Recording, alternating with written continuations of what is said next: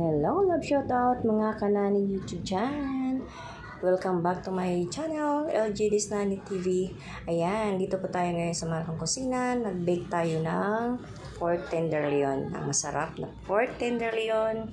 Ayan, i-rub natin. Na-fried ko na po siya side by side. At ayan, golden brown na siya. Rub natin ng butter. Meron na po siyang season ng salt and black pepper bago ko siya pre-night. At ngayon, lagyan natin ng butter. I-rub natin siya. At may na-mix po ako dyan na garlic, minced garlic, dried rosemary, dried oregano, dried parsley, black pepper, and salt. I-rub natin dyan para magkaroon siya ng lasa. At ilalagay natin sa oven with foil. Ayan po. Balutin natin ng aluminum foil. At yung makasama niyang mga herbs season. Ayan, lagay natin sa top yung butter at balutin natin. Ayan, madali lang po at balik natin sa oven for 20 minutes. Then, ilagay natin ulit i-wrap para mas malasa.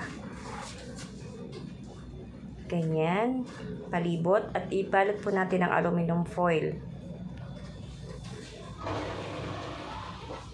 Ipasok natin ulit sa ating nakahanda ng oven for 20 to 25 minutes.